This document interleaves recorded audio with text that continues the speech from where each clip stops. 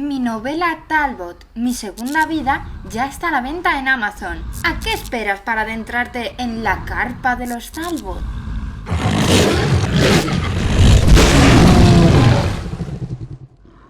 Buenas, criaturas del lado oscuro. En este vídeo os vengo a hablar del efecto Zeigarnik y de cómo puede ayudar en vuestras historias.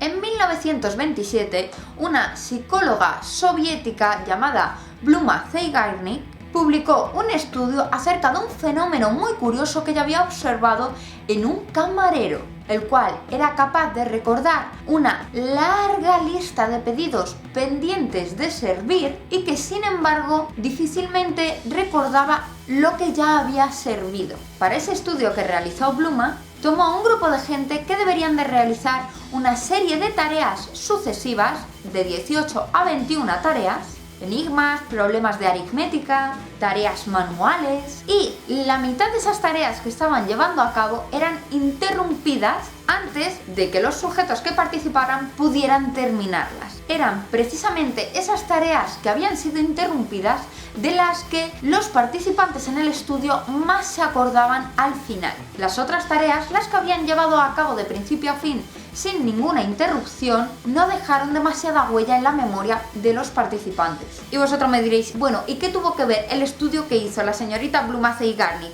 hace tanta y tantos años con escribir una historia? Pues veréis, gracias a que ella realizó ese estudio, hoy día conocemos algo llamado cliffhanger, que es una aplicación o recurso que se utiliza mucho a la hora de contar historias, ya sean en el formato que sean. El cliffhanger consiste en colocar a uno de los personajes principales de la historia en una situación extrema al final del capítulo o parte de la historia, generando con ello una tensión psicológica en el espectador que aumenta su deseo de avanzar en la misma, de avanzar en la historia. El término cliffhanger es una expresión inglesa que podría traducirse como quedar colgando del acantilado. Algo así. Según el medio y el tipo de historia, el cliffhanger puede ser simplemente una escena, una imagen, una acción dramática o tal vez solo sea una frase. En la literatura española aquí tenemos un cliffhanger clásico en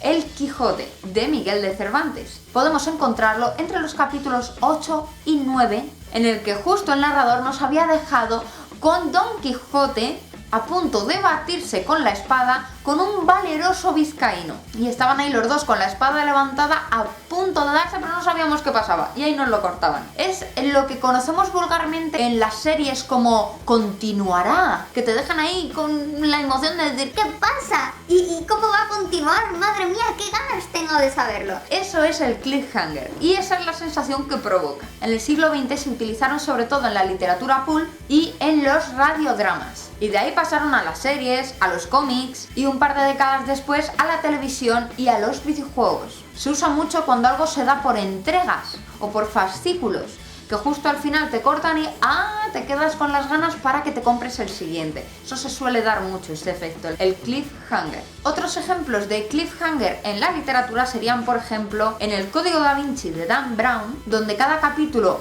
llega a unas cotas de suspense máximo para que luego te lo corten y salten a otro capítulo, que suele ser con otros personajes o en algún otro lugar, lo que lleva al lector a que si quiere saber qué pasa en ese capítulo anterior que ha leído, tenga que leerse lo que les pasa a otras personas, que a su vez llegan también a cotas máximas de suspense, y llegan al siguiente para resolver el anterior. O sea, es todo un puzzle, pero está muy bien hecho para mantener la atención y la tensión en el lector. En la saga Canción de Hielo y Fuego de George R.R. Martin hay también muchísimos cliffhangers, pero muchísimos. Además te los van dando en distintos libros a veces y es muy frustrante porque para que se resuelva algo, un tipo de información sobre todo, o una pequeña acción que se ha llevado a cabo en uno de los libros, a lo mejor pueden pasar un libro entero o dos hasta que se resuelve realmente, o sea, se queda ahí toda la tensión en vilo hasta que descubrimos qué pasa. Otro tipo de cliffhanger usado de otra manera es el que sucede en Harry Potter y el misterio del príncipe, el libro de J.K. Rowling que publicó en el 2005, si no me equivoco,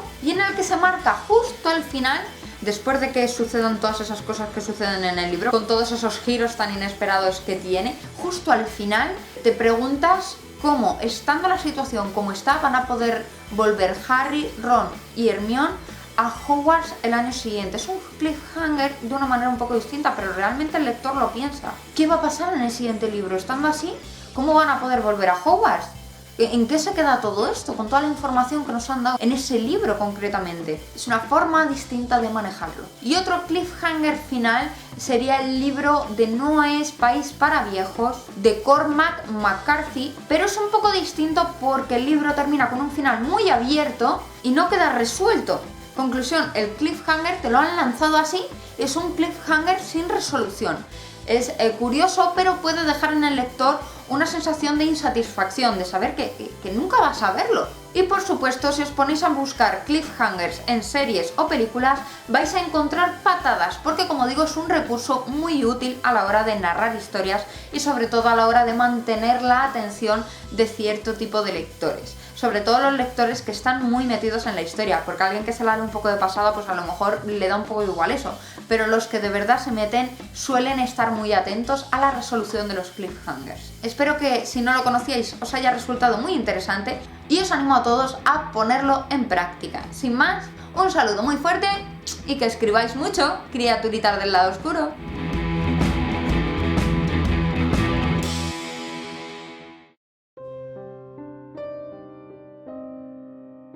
Y no olvides suscribirte a mis redes, donde podrás encontrar más información y artículos sobre el mundo de la escritura, de la publicación y de eventos relacionados con la literatura.